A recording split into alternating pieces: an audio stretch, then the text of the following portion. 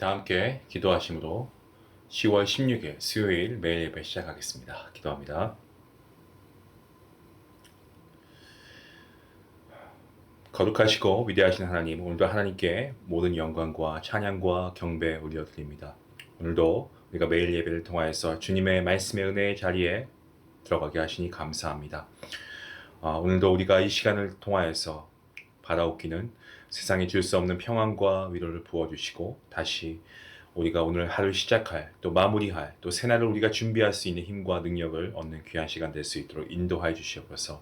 사랑하는 우리 성도님들 주님 손에 의탁합니다. 주님의 은혜가 아니고서 살아갈 수 없는 우리의 존재임을, 그리고 오늘도 우리가 하나님의 은혜로 살아가고 있는 존재임을 우리가 깨닫고 그러한 기쁨과 은혜와 감사 가운데 오늘도 우리가 하나님께 나아갈 수 있기를 간절히 소원합니다. 우리가 말씀을 통하여서 매일 예배를 통하여서 항상 우리가 하나님의 말씀을 통한 그 은혜가 차고 넘치도록 하시고 우리의 삶 가운데 감사의 제목들이 차고 넘쳐서 정말 절망을 희망으로 역전시키시는 정말 그 반전의 하나님을 경험할 수 있는 시간이 될 수 있기를 간절히 원합니다. 그래서 하나님의 그 은혜를 찬양하고 그리고 모든 영광은 하나님께 올려드리는 그런 간증과 고백이 우리의 삶 가운데 넘치게 허락하여 주시옵소서. 아버지, 어떠한 상황 가운데서도 주님을 신뢰하게 하시고 어떠한 어려움 가운데서도 가장 좋은 길로 인도하시는 하나님을 바라보게 하여 주시옵소서. 우리의 눈을 들어서 우리의 시선이 문제를 향하지 않게 하시고 문제보다 크신 하나님을 바라봄으로 믿음으로 승리하는 우리 모든 중앙 가족들 될 수 있기를 간절히 원합니다. 하나님, 오늘도 이 매일 예배 드리는 모든 성도님들 가운데 성령의 기름을 부어주시옵소서. 말씀을 깨닫는 은혜도 주시고 말씀대로 행할 수 있는 귀한 믿음도 우리에게 허락하여 주시옵소서. 오늘도 우리를 지키시고 보호하시고 우리에게 힘주시고 능력 주시는 우리 주 예수 그리스도의 이름으로 감사하며 기도하옵나이다. 아멘. 찬송가 276장 함께 하시겠습니다.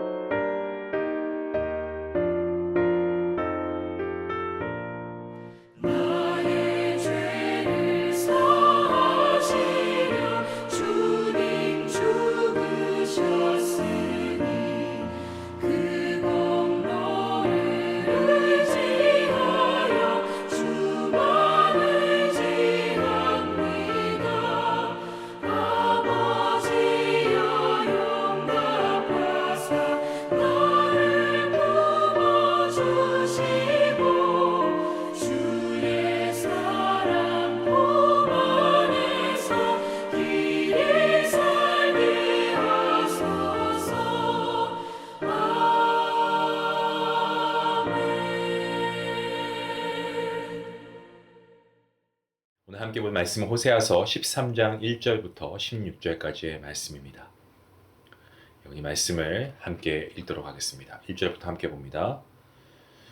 에브라임이 말을 하면 사람들이 떨었도다. 그가 이스라엘 중에서 자기를 높이더니 바알로 말미암아 범죄함으로 망하였거늘 이제도 그들은 더욱 범죄하여 그 은으로 자기를 위하여 우상을 부어 말하되 자기의 정교함을 따라 우상을 만들었으며 그것은 다 은장색이 만든 것이거늘 그들은 그것에 대하여 말하기를 제사를 드리는 자는 송아지와 입을 맞출 것이라 하도다.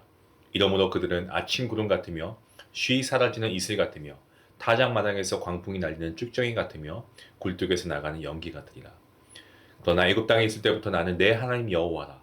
나밖에 너가 다른 신을 알지 말 것이라. 나 외에는 구원자가 없느니라. 내가 광야 마른 땅에서 너를 알았거늘 그들이 먹여준 대로 배가 불렀고 배가 부르니 그들의 마음이 교만하여 이로 말미암아 나를 잊었느니라. 그러므로 내가 그들에게 사자 같고 길가에서 기다리는 표범 같으니라. 내가 새끼 있는 곰같이 그들을 만나 그의 염통 거풀을 찢고 거기서 암사자같이 그들을 삼키리라. 들짐승이 그들을 찢으리라. 이스라엘아 내가 패망하였나니 이는 너를 도와주는 나를 대적함이니라. 전에 내가 이르기를 내게 왕과 지도자들을 주소서 하였느니라. 내 모든 성읍에서 너를 구원할 자 곧 너의 왕이 이제 어디 있으며 너의 재판장들이 어디 있느냐. 내가 분노함으로 너에게 왕을 주고 진노함으로 패하였노라. 에브라임의 불의가 봉함되었고 그 죄가 저장되었나니 해산하는 여인의 어려움이 그에게 임하리라. 그는 지혜 없는 자식이로다. 해산할 때가 되어도 그가 나오지 못하느니라. 내가 그들을 스올의 권세에서 속량하며 사망에서 구속하리니 사망아 내 재앙이 어디 있느냐. 스올아 내 멸망이 어디 있느냐. 뉘우침이 내 눈앞에 스무니라. 그가 비록 형제 중에서 결실하나 동풍이 오리니 곧 광야에서 일어나는 여호와의 바람이라. 그의 근원이 마르며 그의 샘이 마르고 그 쌓아둔 바 모든 보배의 그릇이 약탈되리로다. 사마리아가 그들의 하나님을 배반하였으므로 형벌을 당하여 칼에 엎드러질 것이요 그 어린아이는 부서뜨려지며 아이벤 여인은 배가 갈라지리라. 아멘. 오늘 본문 말씀은요, 특별히 1절부터 8절까지의 말씀은 이 북이스라엘의 대표적인 지파인 에브라임이 앞장서서 우상 숭배를 한 것에 대한 그 경고의 말씀과 그런 일들이 조상 대대로부터 있었다라는 것에 대해서 경고하고 있는 말씀의 내용입니다. 에브라임은 본래 요셉의 두 아들 중에서 둘째입니다. 솔로몬 왕이 죽은 이후에 이스라엘은 남유다와 그 다음에 북이스라엘로 갈라졌습니다. 그때 북이스라엘 초대 왕이 여로보암이었는데 그가 에브라임 지파였습니다. 그래서 에브라임은 성경에서 북이스라엘 전체를 가리키는 말로 주로 사용되곤 합니다. 마치 비유를 들자면 이 시온이라는 말이 있지 않습니까? 시온은 본래 예루살렘 근처의 작은 산의 이름이지만 주로 예루살렘을 가리키는 것으로 사용하는 것과 동일한 이치다라고 생각하시면 됩니다. 그래서 북이스라엘을 대표하는 에브라임 지파가 하나님을 섬기는 의로운 길을 가는 본을 보이지 못하고 우상, 이 바알을 섬기는 불의한 길을 걸어가는 그러한 본을 보이니까 온 이스라엘도 그렇게 가게 되었다라고 말하고 있는 겁니다. 이 바알이라고 하는 그 이름의 뜻은 주인이거든요. 이 주인인데 이스라엘의 주인은 하나님 아니시겠습니까? 그럼에도 불구하고 바알을 주인으로 섬김으로 말미암아 망하는 길로 갔다라고 고발하고 있는 거죠. 이제 2절 말씀을 보시면 북이스라엘 백성들은 바알을 섬기는 것에 만족하지 않습니다. 심지어 또 다른 우상을 만들었습니다. 이스라엘의 하나님은 만군의 여호와이셨습니다. 그들은 하나님을 전쟁의 신, 싸움에서 승리하게 하시는 분으로 여겼습니다. 그래서 그들이 가나안을 정복할 때는 만군의 여호와가 필요했습니다. 왜냐하면 정복해야 되니까요. 하나님을 전쟁의 신으로 여겼기 때문에 그렇습니다. 하지만 정착한 후에는 풍요의 신이 필요했습니다. 그래서 바알을 섬겼습니다. 거기에 그치지 않고 이게 충분하다고 생각이 안 되니까 자기들이 생각하는 풍요의 신을 또 만들었는데 그게 바로 송아지 우상이었습니다. 이스라엘 자손들이 출애굽해서 광야에 있을 때 모세가 십계명을 받기 위해 시내산에 올라가고 그들은 아론과 더불어서 출애굽 때 가져온 금으로 우상을 만들었습니다. 자기 아내와 이 자녀들의 귀에 있던 금고리를 모아서 만든 것이 그 송아지 우상 아니었겠습니까? 그런데 호세아 선지자 당시까지 이 사람들은 송아지 신상에 입을 맞추며 존경을 표하며 충성을 다짐하는 어리석은 일을 그치지 않고 있었던 것입니다.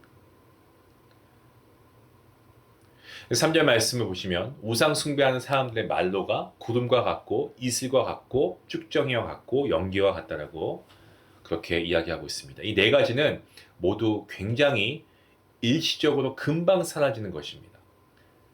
그러니까 무엇을 의미합니까? 덧없음을 얘기하는 거고 허무함을 얘기하고 있고, 또한 이것들은 모든 눈에 보이는 것들이어서 마치 실상과 같이 느껴집니다. 하지만 오래 지나지 않아서 금방 허상이었다는 것을 금방 깨닫게 되는 겁니다.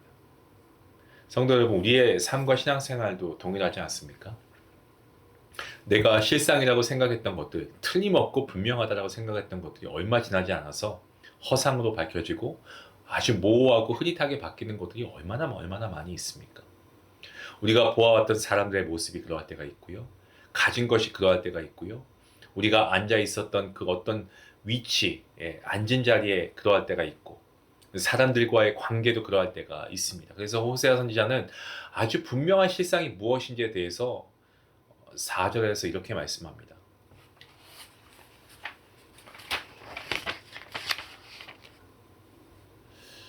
내가 다른 신을 알지 말 것이다 라고 얘기하죠.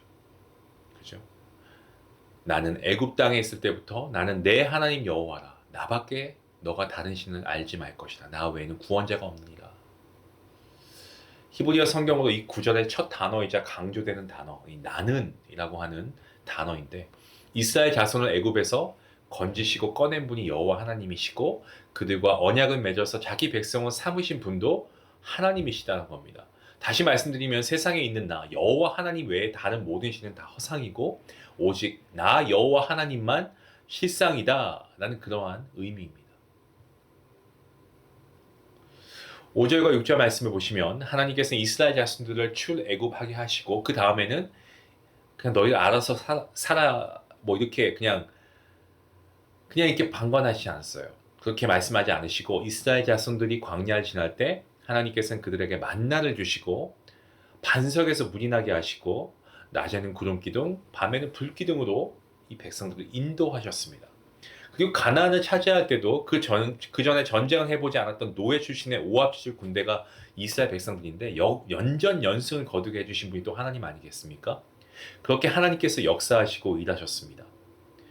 그렇게 해서 가나안 땅에 정착하게 되니까 그들은 하나님을 바알로 자신들이 만든 우상으로 바꾸어 버렸습니다.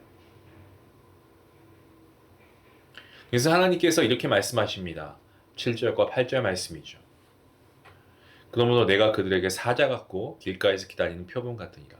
내가 새끼 잃은 곰같이 그들을 만나 그의 염통 거풀을 찢고 거기서 암사자같이 그들을 삼키리라. 들짐승이 그들을 찢을 것이라. 하나님께서는 우상 숭배하는 자기 백성들을 향해서 당신이 맹수와 같이 바뀌어 심판하시겠다라고 말씀하십니다. 그래서 사자는 동물의 제왕 아니겠습니까? 잡히면 빠져나가기가 정말 어렵습니다. 또 표범은요, 모든 이 고양이과 동물 중에서 사냥하는 능력이 가장 뛰어난 동물입니다. 그리고 곰도 아주 강한 맹수죠. 사자, 호랑이, 곰과 1대1로 싸우면 이길 방법이 없습니다. 그런데 새끼를 빼앗긴 이 암곰은 더 말할 필요가 없죠. 또 들짐승들, 정말 사납기는요 두말할 나위가 없습니다. 하이에나, 들개 떼로 다니기 때문에 때로는 사자보다 강합니다.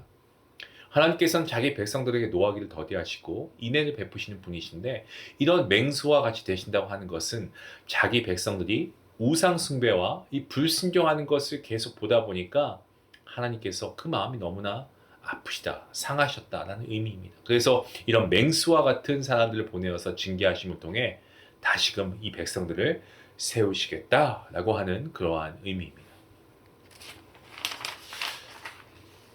본문 9절부터 16절까지의 말씀은요, 하나님을 버리고 세속적인 가치관을 따랐던 삶이 얼마나 허망한지, 그에 따른 하나님의 징계가 있을 것에 대해서 증거하고 있는 말씀의 내용입니다.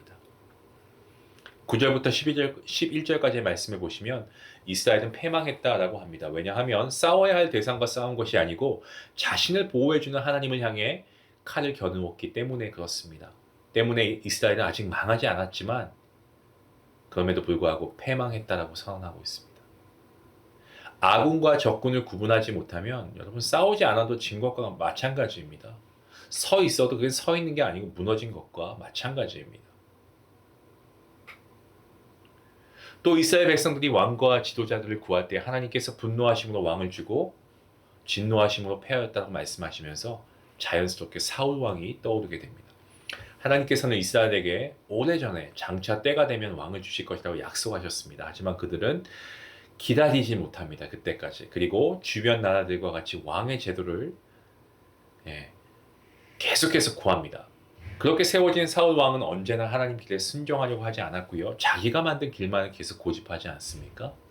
사울이 왕으로 뽑혔을 때 이스라엘 온 백성 환호성을 부릅니다. 임금이 태어났구나. 임금님 만세. 그 모습을 개인으로 축소하면 기도에 응답 받았다는 거잖아요. 그런데 그것은 하나님의 뜻은 아니었다는 겁니다.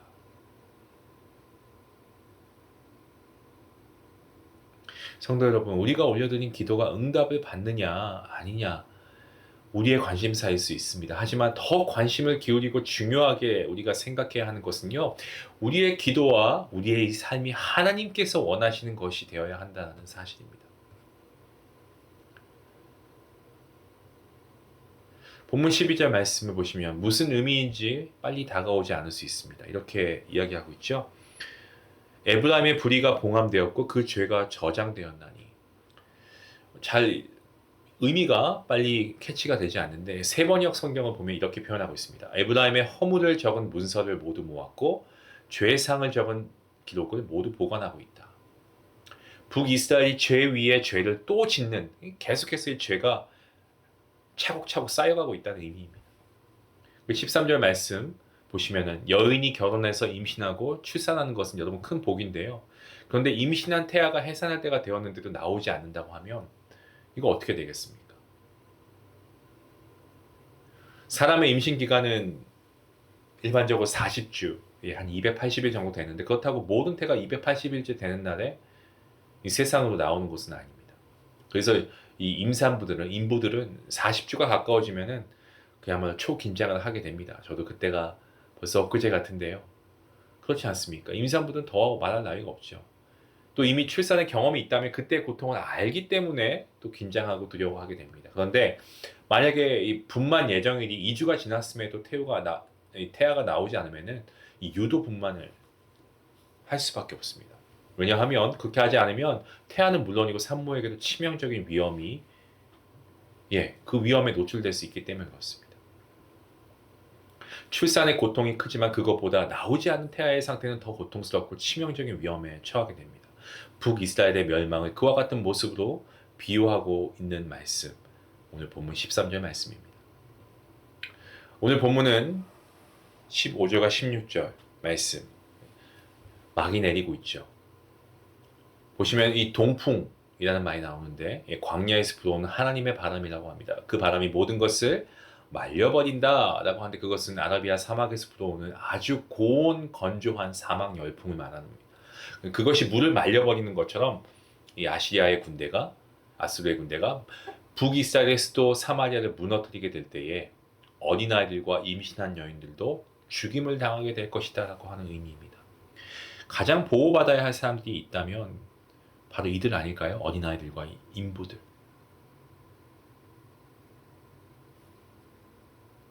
하지만 그들조차 죽임을 당한다고 하면 남자들은 더 이상 말할 필요가 없죠.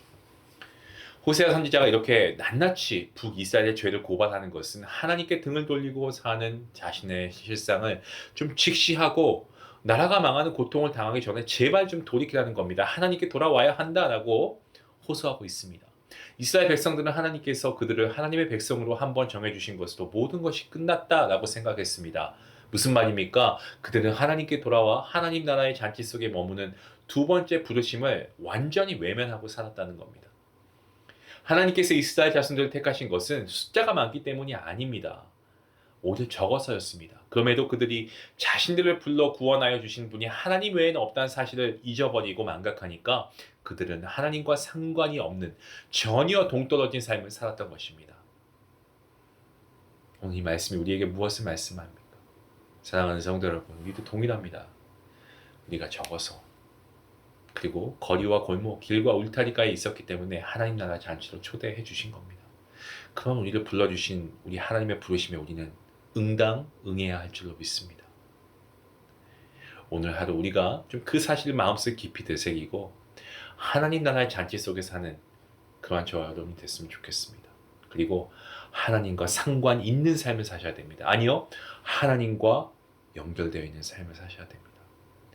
오늘도 하나님은 하나님의 자녀를 부르시고 우리는 그 하나님을 아버지라 부르며 하나님과 함께 동행할 것입니다. 그러한 귀한 은혜의 울타리 안에 우리가 하나님과 함께 동행할 수 있는 저와 여러분 모두가 될 수 있기를 주님의 이름으로 간절히 축원합니다. 기도하시겠습니다. 하나님 감사합니다. 이스라엘 백성들 정말 하나님께서 자신들을 구원해 주시고 출애굽해 주시고 하나님 외에 다른 구원자가 없다는 사실을 정말 망각해 버리고 맙니다. 그러니까 바알을 섬기게 되고 우상을 만들어 놓습니다. 정말 어리석고 어처구니 없는 일을 자행했습니다. 이것이 우리의 거울이 되고 이들의 이런 모습이 반면교사가 되어서 아버지 우리가 정말 하나님 우리의 욕망을 위해 우리가 살아간 것이 아니고 하나님 뜻에 순종하는 그런 우리의 삶이 될 수 있기 원합니다. 언제나 우리를 부르시는 그 하나님의 부르심에 우리가 아멘으로 순종하게 하시고 오늘 하루도 하나님께서 베푸시는 그 은총 속에 살아가는 그래서 하나님 나라가 우리의 삶 가운데 정말 체험되어지고 우리의 입술로 고백되어지는 그 은혜가 있는 귀한 날로 삼아 주시옵소서. 감사하며 예수님의 이름으로 기도하옵나이다. 아멘. 우리 함께 말씀을 생각하시면서 기도하시겠습니다. 여러분의 삶에서 이전보다 더욱 하나님의 하나님 되심을 인정하는 삶을 살고 정말 주님 안에서 함께 지어져 가기 위해서 여러분 어떤 것을 결단하기 원하십니까? 우리가 말씀을 한번 더 깊이 묵상해보고 우리가 기도 한번 하나님께 결단하는 시간 될 수 있기 원합니다. 기도합니다.